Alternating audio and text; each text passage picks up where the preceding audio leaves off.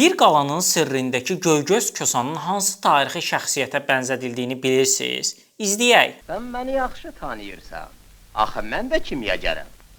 Bu dərmanın necə hazırlandığını axtarıb tapa bilərəm, bəli. Əslində obrazın adının Göygöz olması təsadüfi deyil. Çünki bir çox xalqların folklorunda, mədəniyyətində Göygözlər şeytanlarla əlaqələndirilib. Ancaq bizim Göygöz Kosamız barədə daha maraqlı bir məqam onun tarixi fiquru olan Ağa Məhəmməd Şah Qacara bənzədilməsidir. Bu bənzərlik həm aktyorun üz cizgilərində, həm geyimində, ən çox isə xasiyyətində özünü büruzə verir. Tarixən Ağa Məhəmməd Şah Qacar insanlara verdiyi zülmlə xatırlanır. Buna səbəb kimi isə uşaqlıqda xədim olması göstərilir. Sovet dövründə bu zülmlərə görə onu şeytanlaşdırıb insanlara təqdim edirdilər. Şah Qacarın üzündə tük çıxmaması da Göygöz Kosa ilə oxşarlığa dəlalət edir. Bəs sizcə onlar oxşayırmı?